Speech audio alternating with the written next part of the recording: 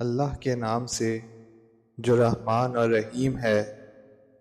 جب آسمان پھٹ جائے گا اور اپنے رب کے فرمان کی تعمیل کرے گا، اور اس کے لیے حق یہی ہے کہ اپنے رب کا حکم مانے، اور جب زمین پھیلا دی جائے گی اور جو کچھ اس کے اندر ہے اسے باہر پھینک کر خالی ہو جائے گی، اور اپنے رب کے حکم کی تعمیل کرے گی، اور اس کے لیے حق یہی ہے کہ اس کی تعمیل کرے۔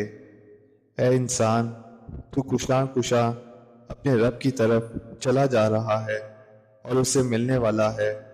پھر جس کا نامہ اعمال اس کے سیدھے ہاتھ میں دیا گیا اس سے ہلکا حساب لیا جائے گا، اور وہ اپنے لوگوں کی طرف خوش خوش پلٹے گا۔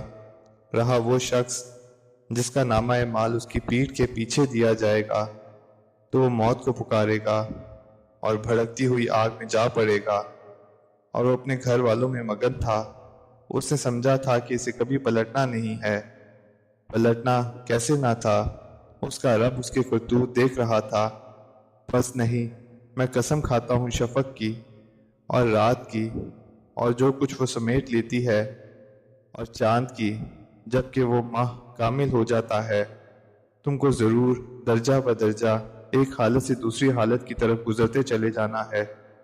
پھر ان لوگوں کو کیا ہو گیا ہے کہ یہ ایمان نہیں لاتے، اور جب قرآن ان کے سامنے پڑھا جاتا ہے تو سجدہ نہیں کرتے، بلکہ یہ منکرین تو الٹا جھکلاتے ہیں۔